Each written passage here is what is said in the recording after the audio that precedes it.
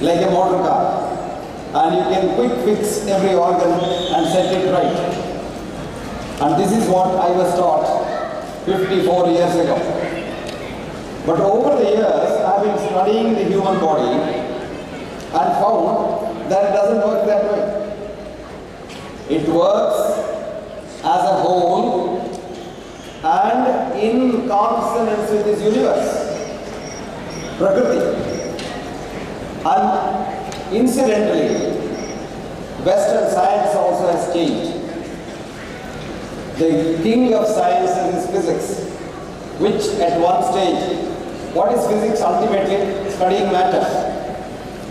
And I'll give you an example of how physics has changed. In the words of one of the greatest physicists who is the present president of the Max Planck Institute in Munich, I'm quoting Hans-Peter Dior, who said, I quote, I'm a nuclear physicist. My job, can you hear me?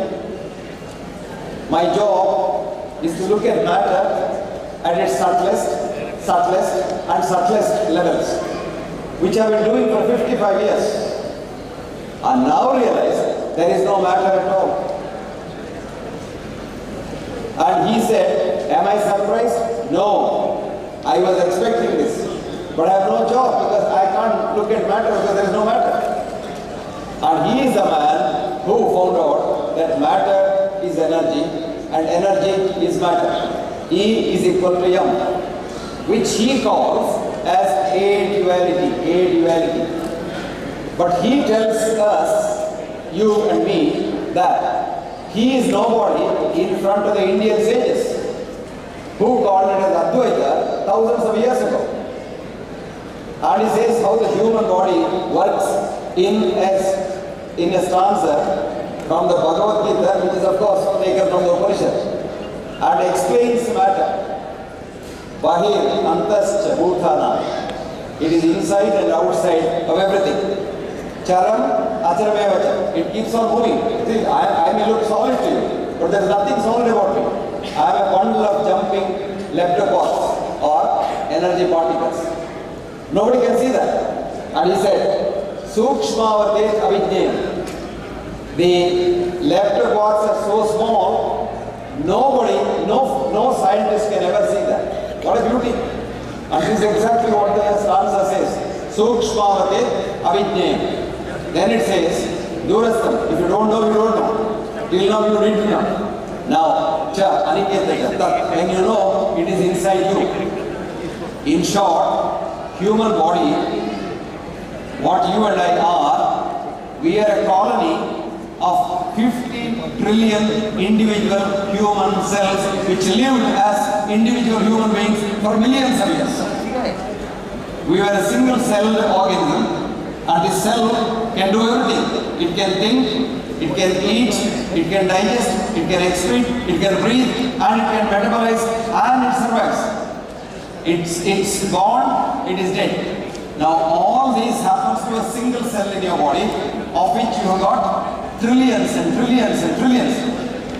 Now what is interesting is, they are all very happy with one another. Remember that? This is the most important part of the talk that I am going to give you today. Your body consists of happy, contented 50 trillion cells. Now if you are not happy, the cells get confused. What's happening? You know, we are so happy and we love one another. Not only we love one another, we love others also. Supposing I sit with Kartikeyan sir, my cells start loving his cells. Now if I start hating him, now the cells get confused. I want to love others and this fellow is hating others. Then you create what is called you, me concept. This is mine, that is yours. This is my house, it's my compound. I won't give it to you.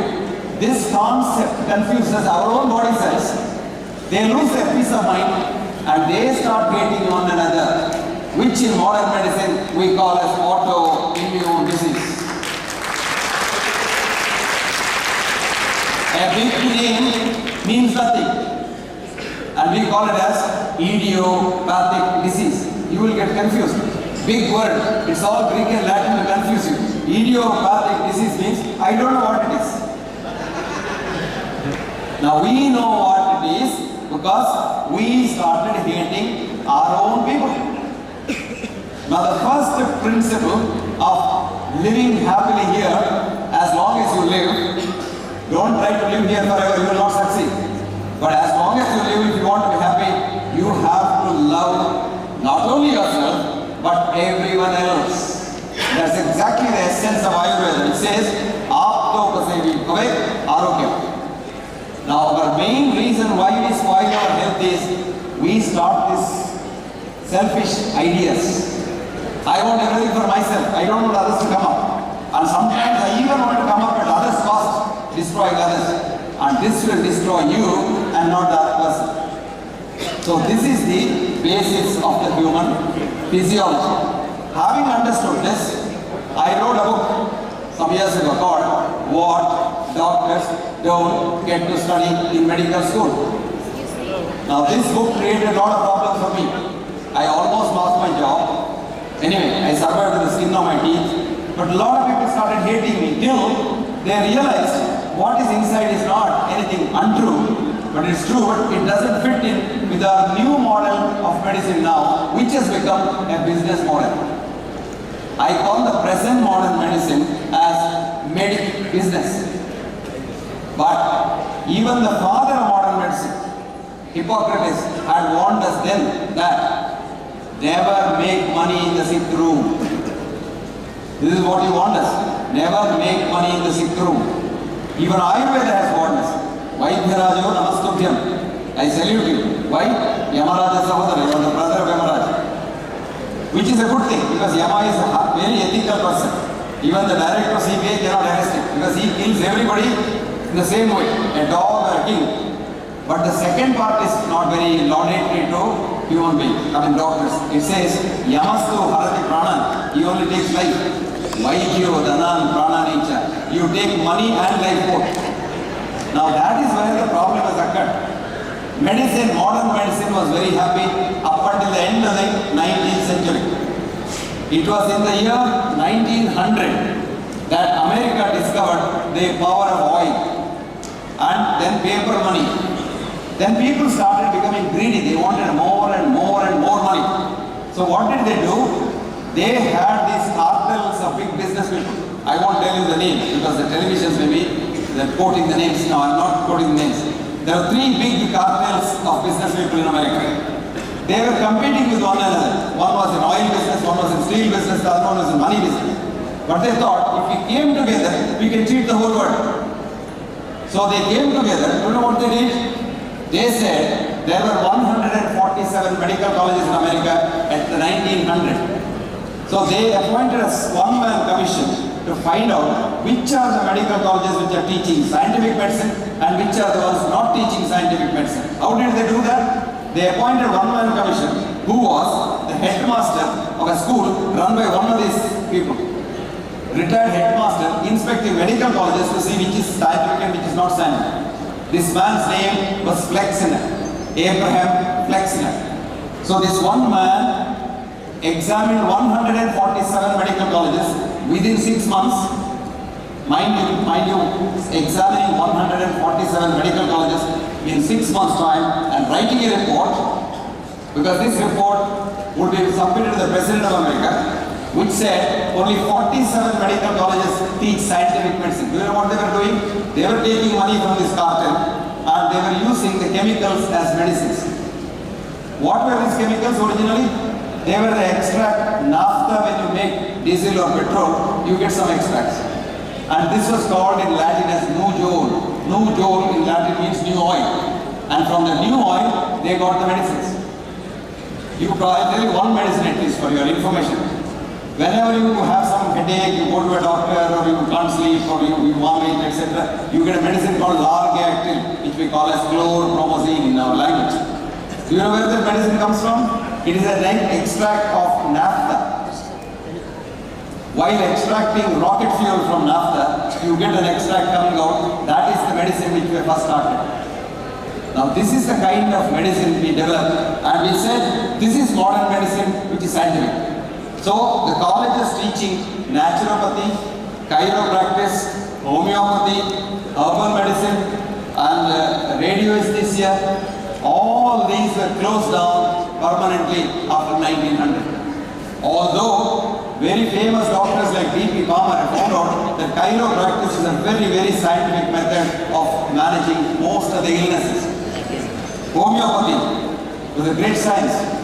Ayurveda, that name was not there, but they had what's called herbal medicine, Tibetan, Chinese and Indian. Now all they stopped. So the so-called modern medicine, which is called scientific, was born in 1900. That means there was a death of the normal procedure of getting man back on his feet when once he falls ill. What is illness? Illness is an unfortunate thing that happens in those people, which is called an accident. And what is the cause of illness? Very interesting question. Science cannot answer that. A great scientist and Nobel laureate who in 1899, his name is Charles Sherrington. Sherrington became the professor of physiology at Liverpool University in 1899. And he was giving his original first lecture to the staff and the students of Liverpool University, where he said, I quote, positive sciences can never answer the question why. They can at best answer the question how or how much, but never the question why. Ratio re is therefore not reason why. I as a doctor can say, how does the heart contract? But I'll never be able to say, why does the heart contract? I can say, how does the muscle contract? But I'll never be able to say, why does the muscle contract? He said, for answering why, you should go to teleology, which is almost a philosophy, religion, spirituality and what have you. Now that awakened that curiosity in me, and I started going in search of various other avenues for human health. This happened when I was very young. I was a cardiologist, and a patient was brought dead into our coronary care unit way back in 1964. He was dead. It was 2 a.m. in the morning, and he was just 34 years, and he was very healthy. Otherwise, he was not a smoker, he was not a drunkard, and he was exercising, he was eating less, he was not obese, everything. Whatever the textbook says, blah, blah, blah. But he dies of an acute heart attack. Now, his young wife was literally rolling on the floor. I had to tell her that your husband is no more. You can imagine, they were married just 2 years prior. And when I told her in as many kind words as I could, she was so confused, she held my leg like that. She held it here, right? And she said, doctor, tell me, why did my husband die? Did you get the question? Why did my husband die? That was the day I said, oh my God, I don't answer. How did my husband die? I will give her a discourse. But why did my husband die? I had no answer. So in search of the answer to why did my husband die, I went all over the world to every system of medicine, including philosophy, spirituality, and what have you. Now I have realized, also I can give you a better idea as to why somebody gets illness and why somebody dies. But let us not go into that field, because illness is not our botheration today. Our botheration today is wellness, wellness. I'll tell you what is wellness. A, enthusiasm to work. You get up in the morning and say, do I want to go to work? Do I love to work? If the answer is yes, you are well. Second, enthusiasm to be compassionate. Do I want to help somebody? If the answer is no, you are ill. Take treatment. If the answer is yes, you are well. Physical ailment is not ill health at all. I'll give you an example. Steve Hawkins is a professor of physics in Cambridge who had a peculiar disease which, according to our textbooks, should kill him within 2 years of the diagnosis. The disease is called amyotrophic lateral sclerosis, which paralyzes muscles one by one until they die. Now this man is alive 42 years after the diagnosis. Not a single muscle works in his body, but he is still one of the leading theoretical physicists in the world. Writing books, not with the hand, because he can't write, he can't use his hand, he can't use his mouth, he can't even drive a fly from his face, but he has got an electronic chair, he has got a computer, he can think and the computer writes, and his wife feeds him through a tube, but he is alive. Because he is healthy, because he has enthusiasm to work and enthusiasm to be compassionate. So we have now changed the definition of health. Health is not absence of physical, psychological, spiritual, mental, social well-being. No, that is impossible to achieve. The editor of the British Medical Journal, Richard Smith, wrote, this present WHO definition of health can be obtained only under two conditions. A, after death. B, only at the height of human orgasm, which lasts only for a few seconds.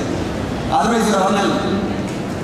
There is a beautiful book for all of you to read, written by a professor in America, who says there is no well man at all in this world if you follow modern medicine. This is called the last well person. That's the name of the book. Last well person. And you must read that to know, even in the United States of America, now people have realized that modern medicine is not a panacea for illness. Our best bet is to live happily as long as we live without consulting doctors and hospitals.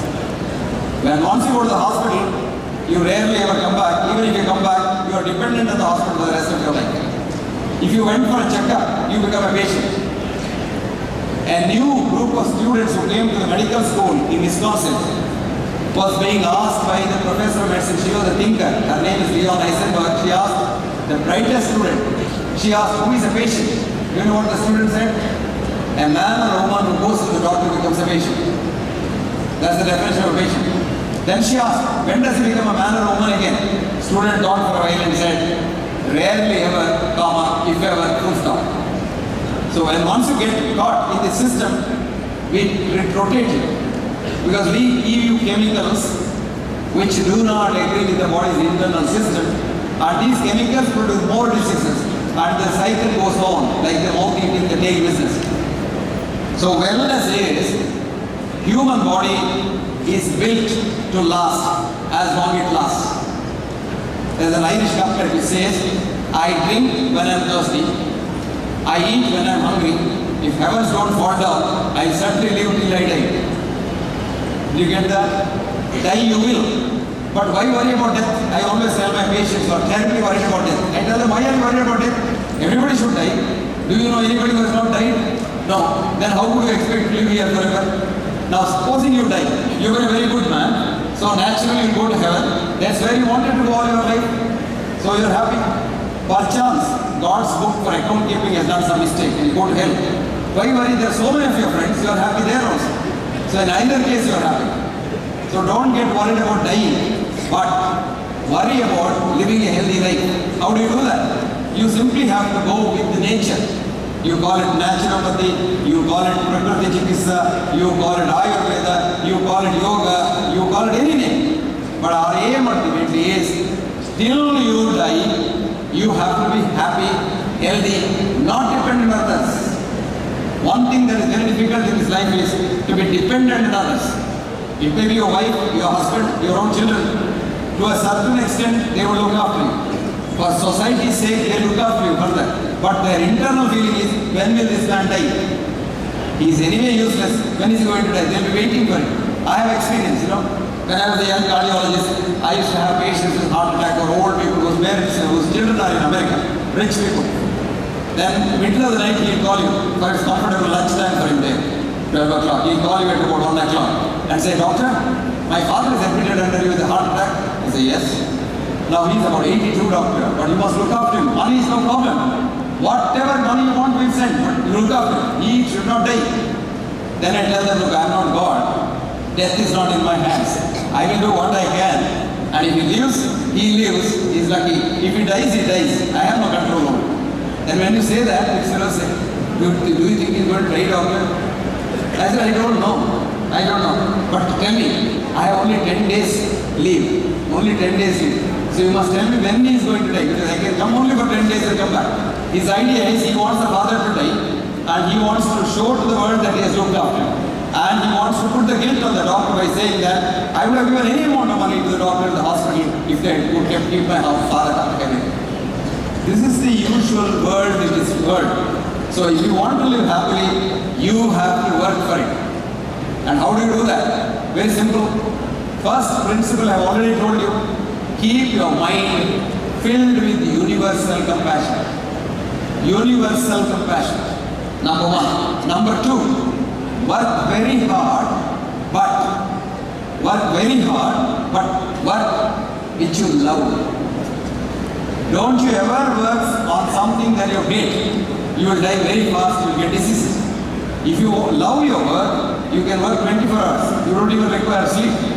But if you hate your work, you can't work for 1 hour. You get tired. So that's the second thing. Third thing is, be compassionate to everyone. Treat everyone as your near and dear ones. The fourth very important thing is, you must be God. How do you become God? Go to the temple and sit there? No. What is the difference between man and God? God gives and forgives. Man gets and forgets. You get the point? Now, if you want to be God, and if you want to live here forever, not forever, as long as you live, you give and forgive. Now, if I give you something, you may come back and hit me on the face. Doesn't matter. You must be able to forgive. To be healthy, forgiveness is the biggest asset. This is not only our philosophy, even the Westerners who have realized it. Like for example, Rudyard Kipling. Rudyard Kipling came to India, stayed for 8 years in Bengaluru, Punjab, and went back and wrote a beautiful poem which many of you must have read. The poem is called If. And if you know this poem, at least one stanza of the poem, you can live very healthy. What does it say? If you can keep your head when all about you have lost theirs and blame it on you, look at this, what happens. When I wrote the book, people said he is mad, book is mad, he is a fool, and all that. But you enjoy that. Supposing you hate that, then you are at this point. I like that. There was a first review of my book said, the author is a foolish fellow, he doesn't know medicine, and he doesn't know English, he has written English, he is so bad, and the idea is all bad, and all modern medicine is very good, this fellow is unnecessarily criticizing it, blah, blah, blah, 2 pages. So I said, okay, I wrote him a nice letter, thank you very much, because of your review, all the 5,000 copies have been sold. Then came a review in the British Medical Journal which said, this is not a textbook of medicine as the author claims, but this is a holy text of medicine written by a prophet of medicine. This is what is written by the... Now I don't get pumped up by that. I take the same attitude, okay, it's all right. And then the British, Shadow Health Minister, Nick was his name, and he wrote a beautiful thing. He wrote a very compassionate review, a long review, said, the British government can learn a lot of things to save money in the NHS if you follow what is written in this book. See, you have people of all kinds. They blame you, but you forgive them. You forgive. That's why Rudyard Kipling said, if you can keep your head when all about you have lost theirs and blame it on you, if you can walk with the kings, but still keep your common touch, if you can mix with the crowd, but still keep your virtue, if you can treat triumph and disaster, the two impostors, just the same, and if you can fill the unforgiving minute, remember that? I want to kill somebody, I want to kill Srinivasa. That unforgiving minute, 1 minute, you fill it with 60 seconds worth of distance run. You shall be a man, my son, and more. This earth shall belong to you. What a beautiful thing. This is a poem, you can keep it on the table and study every day to be healthy. Rudyard Kipling's If. And you will be surprised. English poetry recently had a poll in the BBC. They took Shakespeare, Milton, Keats, everybody. And Rudyard Kipling. This poem got 60% of the votes as the best poem. So that comes from Indian philosophy. What does he say? What does he say? Data, be a giver. Samaha, treat everyone as equal. Satyagraha, don't cheat, don't hate somebody, and don't make money and keep it in the Swiss bank.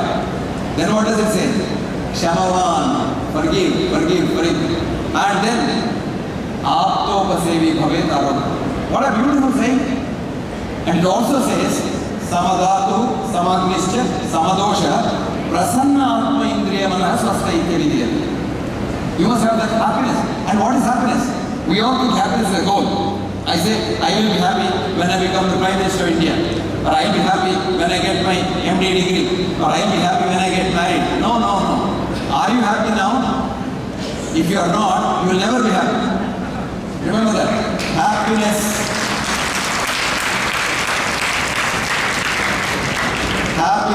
a goal. Happiness is a journey. I am happy now. Why I am happy now? I am content. If I am not happy now with a goal, I will never be happy. So try to be happy all the time. And what is happiness? Very simple. Not increasing your wants, but decreasing your needs. Supposing I have 2 shirts, okay? When I look at Karthikeyan Saab having 10 shirts, I am jealous of him. He has 10 shirts, I have only 2 shirts. Supposing I have 2 shirts and I go out and see the beggar on the road who has no shirt at all, I will be very, very happy. I am so happy. So I should be content with what I have and never compare myself with others. This is the unfortunate thing that we teach in school. A child is born with universal compassion. It loves everybody, it smiles at everyone. You know that natural smile comes from a pure heart. It smiles. A child smiles 500 times on an average every day. How many times did you smile today? You might sometimes grin like that. And grinning is very bad for health. But a natural smile. You know, all politicians grin during the election time. But they are all having blood pressure going up. Because grinning will send your blood pressure up. But you look at somebody and smile and enjoy, and then your blood pressure comes down, your cholesterol comes down, your sugar comes down, everything comes down. Just a smile. Now, very interestingly, this child goes to school. What does the teacher say? You must get first rank. What does the mother say? You get 100 out of 100. Now, you run a rat race. And you want to hate everybody in the class. And you want to be the best. Now this is called mediocrity. Competing with others is mediocrity. What should the child be taught? Compete with yourself. You try to become a better B.M.Hegde tomorrow than what you are today. That is called excellence. If I say I am better than somebody, it means nothing. But if I say I am better today than what I was yesterday, it means a lot. So in short, don't try to compete with others or compare yourself with others. Compete with yourself. You are happy. Now these are the mental attitudes. Now come to work. Do something which you love to do. And if the work that you have, you don't like it, leave it. Do something else. But when once you like it, you love it. And this is very interesting, very, very interesting. And then, when you work also, you shouldn't have that air, ego. Who am I? I am the boss, I am the CEO, I know everything. You know, I had a very nice, interesting experience once. I was flying from my place, Bengaluru, to Delhi. And Air India had a flight, that Bombardier, small aircraft. And it was taken up 3 hours roughly. So I was sitting, we had two seats on either side. There was a little kid, high school kid sitting next to me. And this aircraft, you don't get any newspaper, you don't get any food, nothing. 3 hours you have to sit like a robot. And I had forgotten to take some reading material. But this girl had a thick book she was reading. So after some time I was feeling jealous. So I said, why not tickle this girl and start talking? So I told her, young lady, you see, when neighbor starts speaking in the plane, relativity theory, the plane seems going faster and we reach Delhi earlier. She was so annoyed, but she didn't show it. She looked up and said, talk about what? She said, I said, talk about what? Anything. I'm a teacher. I've been a teacher for half a century, so you can talk anything. I see, you know everything? I said, I don't know anything, but I can talk. And so I'll ask a simple question, she said. I said, what can a high school student ask me? You know, I said, okay. So she said, do you know a cow? I said, yes, I know a cow. Do you know a horse? I said, I know a horse. Do you know a goat? I said, yes, I know a goat. What do they eat? She asked. I said, they all eat grass. Right. Now, think, at the other end, goat brings out hard pellets. Cow puts out a large matti. And horse brings out buckets of dried grass. Tell me why, she said. You know, I started scratching my head. And that was the only time I cursed my mother for bringing me into this world. Then after some time I told her, young lady, to be really truthful with you, I don't know the answer. She said, sir, you're right. A man who doesn't know about shit wants to talk about other things. She went and read. And what was the book? Harry Potter. So you must always remember in life that a wise man should realize that he is a fool. But a fool always thinks he is wise. A Do you get that? Goethe, Johanna Goethe was the greatest thinker in Greece, in Germany. So he once said, I now know medicine, philosophy, physiology, jurisprudence, and even alas, theology. How much? From end to end with the labor's team. But here I stand on food with all my load, no wiser than before. So never ever lose your cool. Never ever think you are great. You always have this humility, Vinaya as your main character, which is education. Education is not degree. Education is not position. Education is simply humility. And humility is the essence of education. Vidya, Dadadi, Vinaya. Vidya, Vinaya, Sampana. And true humility is what? It's not artificial. Universal compassion is true humility. Shankara says in the Shankaris, Vinayam, Apanayam, O Vishnu. If you are not compassionate, if you are not humble, you are not a human being. You are an animal. So friends, if you want to be healthy, cultivate humility. Lot of us are arrogant, like that. No. This is very, very unhealthy. The minute you are arrogant, your blood pressure goes up. You will be surprised. You be, if you are a very arrogant person, your sugar is always on the highest side. Your cholesterol is on the highest side. Whatever you measure is on the wrong side.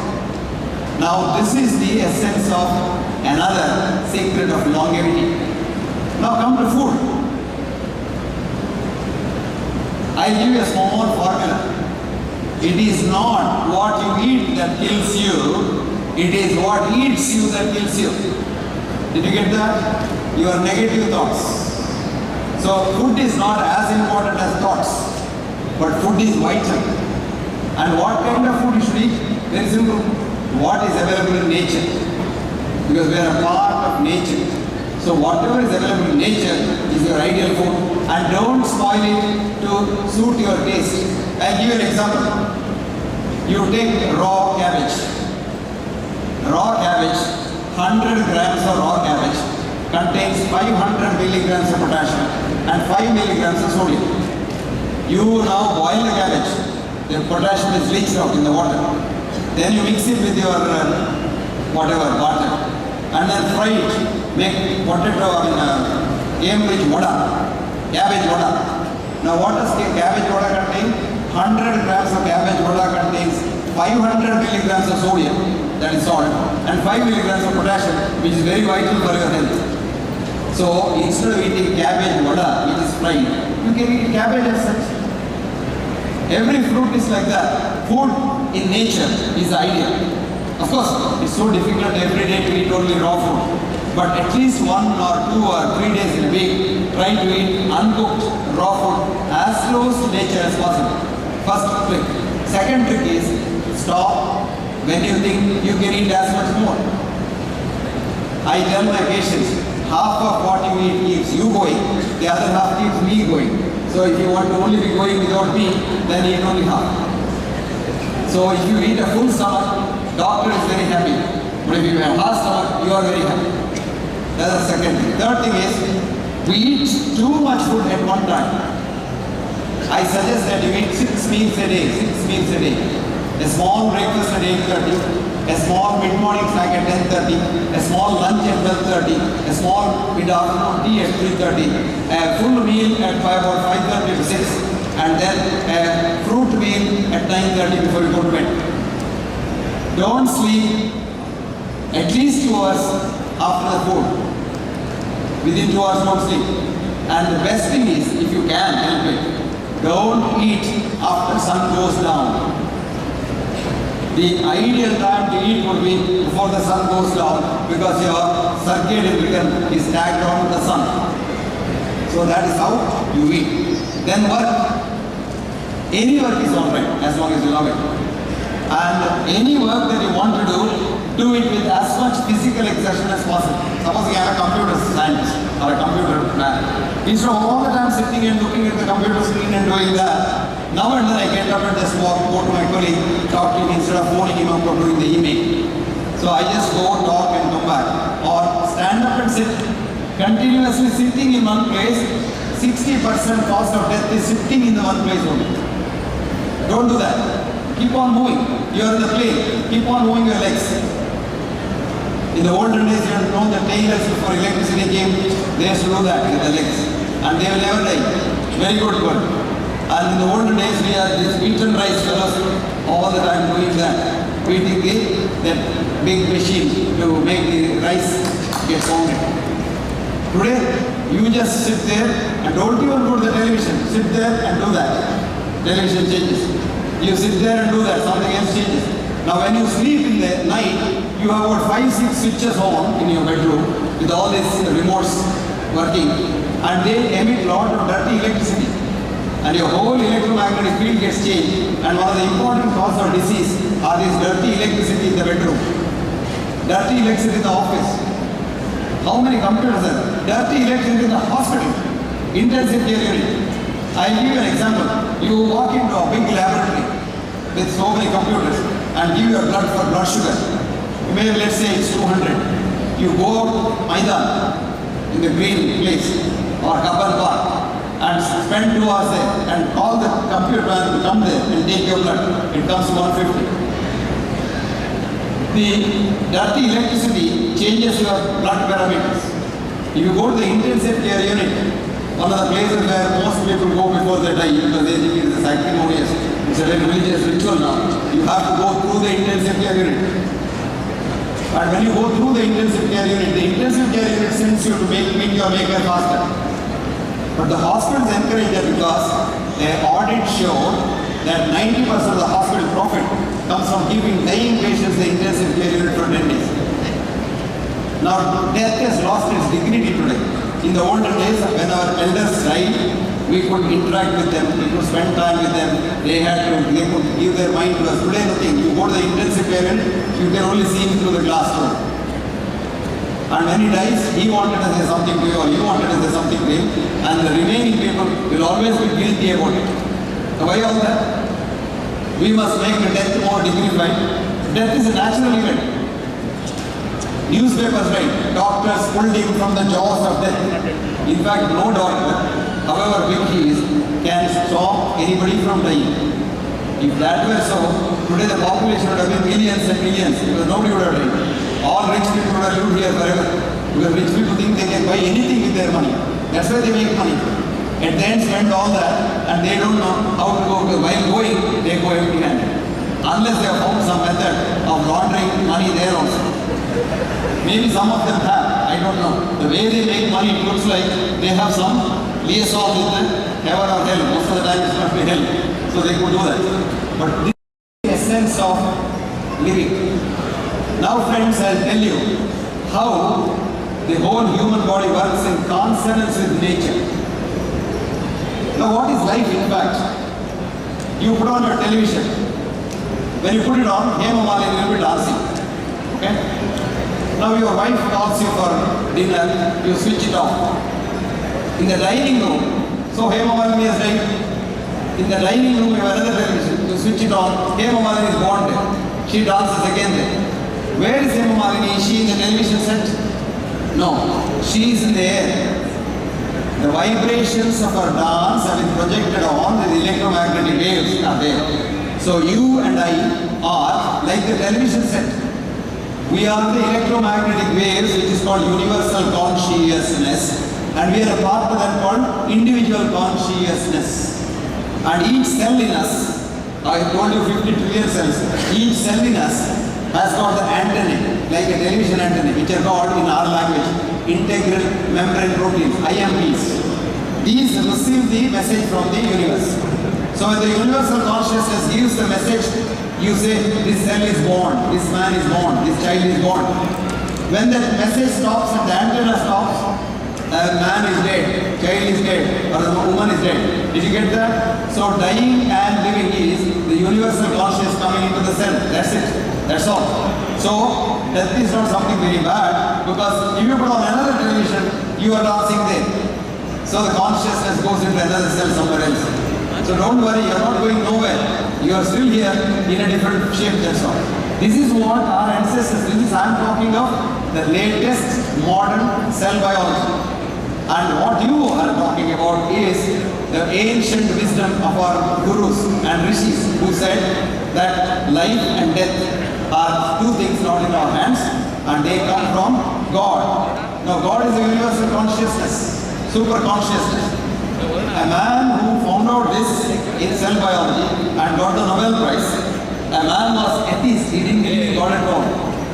Till he found out that in that petri dish where the cell is happening, dying and living, he got completely changed. And he wrote a book for all of you to read. Please read this book, Biology of Belief. Biology of Belief. Madam, you did write it? Yes. The author's name is Bruce, B-R-U-C-E, Lipton, L-I-P-T-O-N. You get this on Amazon.com and read that book. You will get excited, enlightened. Or there's another girl has written. She is also a Nobel Prize she was getting, but her boss prevented. Otherwise she would have got it. Her name is Candace Pert. C-A-N-D-A-C-E P-E-R-T. And her book's name is, did you write that, Candace Pert? Her book's name is Molecules of Emotion. Molecules of Emotion. Fascinating two books. You read them. You are a layman, you read them. You know the scientific explanation for Prakriti Jivana, Naturopathy, Yoga and what have you.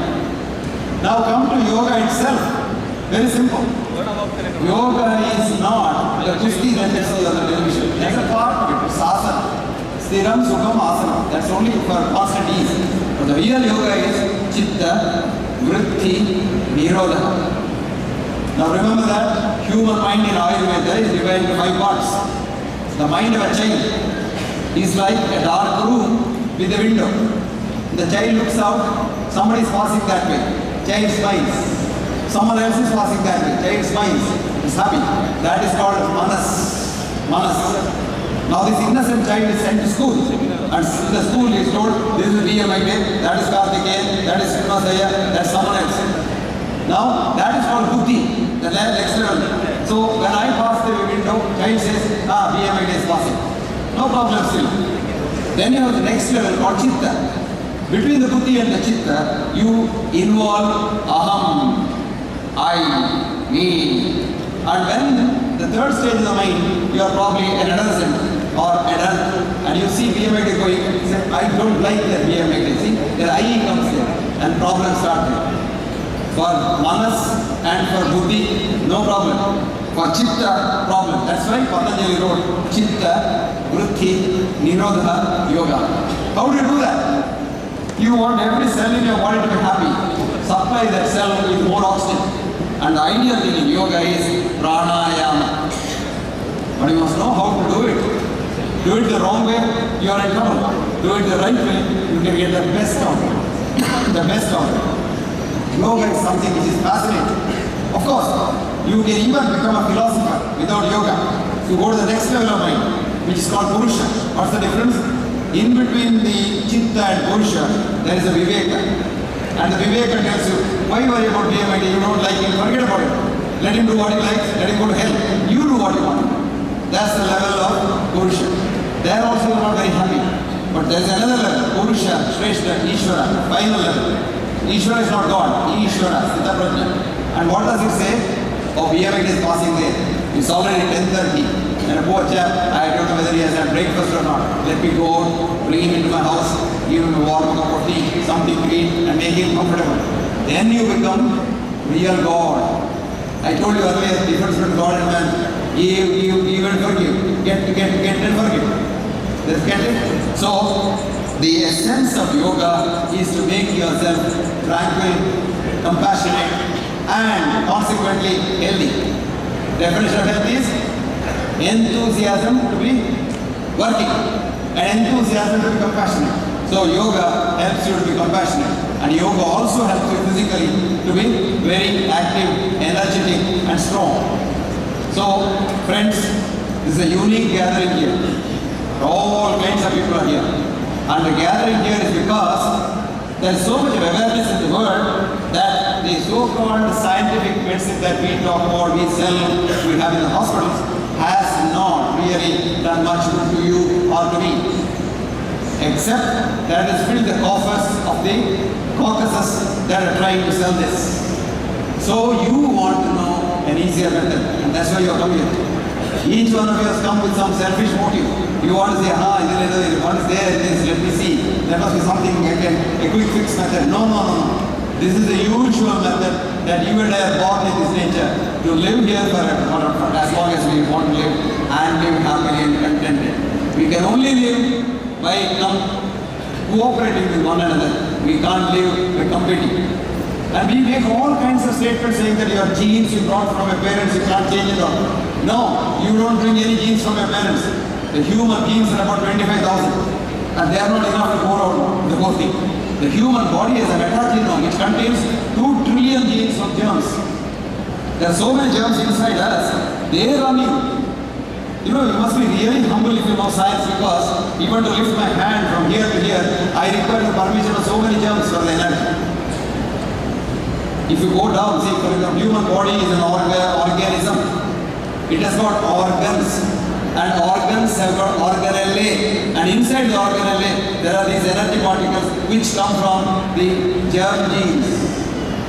So human genes are 25,000 human and 2 trillion germinomes, virinomes, metabolomes, etc. So you are not the child of your genes, you are the child of your environment.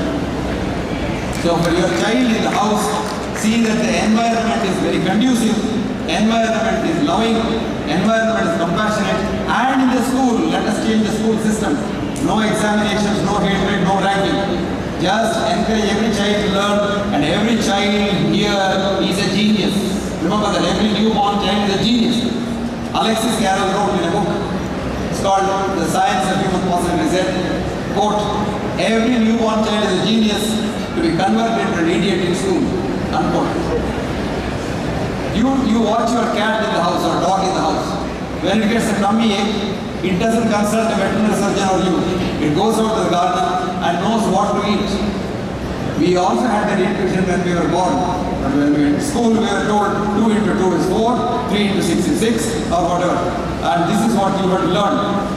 In short, the so-called learning process is filling you with the information which the authorities want you to know. History books are written by different governments and different lands in different ways. Our science has changed, but schools still teach the old science. Today, science has almost come to spirituality. There is no difference between science and spirituality when you go deep into it. Actually, I am getting Hans-Peter to India to tell our so-called scientists that spirituality and science are the same. You can't have a better scientist than him. I am getting him at a time when we are fighting for a nuclear plant. We have now suffered. Fukushima is almost killing all of us, and we want more nuclear plants. So I want to get him here to tell them. He's talking about energy thirst, and energy future. So these kind of things are going on in this world, because everything that you see, everything you read has got something attached to it, string attached to it. But if you want to really know yourself, try to know yourself, you don't have to do any one of these things. You just look at nature. You see how a bird loves another bird. That's the language. And what do? I speak Kannada and Karthikeyan speaks Tamil, we hate each other. Look at that.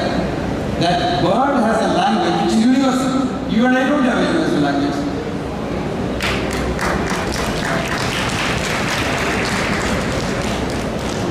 Everything has to go through its process. Now you see a butterfly coming out of a worm from that sac, and it takes struggles and comes out. Somebody said, oh, why struggle? I'll break the thing, let it come out. It will never come out. It can't fly at all. So we do the same thing in human body. A child has to be inside for 9 months, and it should come out, and struggling to come out, at that time struggling to breathe. We cut off all that and pull it out from here, and then the child's consciousness is something different, because it doesn't have perinatal consciousness. There's a prenatal consciousness, perinatal consciousness, and postnatal consciousness. So the child doesn't become the normal child at all. But we do it because I don't want to tell you. Anyway, ladies and gentlemen, now let me tell you what I told you, because it is said that if you want to send an idea to an audience, Tell them first what you are going to tell them, which I told you. Then tell them, I will tell you. Then tell them what you told them. I am going to tell you what I told you. Number one, living happily is very easy. That's what I told you. Simply love everyone in this world. Don't make a distinction between caste, creed, color, race, language, what have you. Eat very simply, as less as you can. Live comfortably, work very hard. And then, when you work, don't have any strings attached to it. Simply do it. Karmanye varikaraste. Do it for the sake of it. Mark, Kalesha, Kadachana. Don't think. What is that? Yeah, I'm done. I'm done. Thank you all very, very much.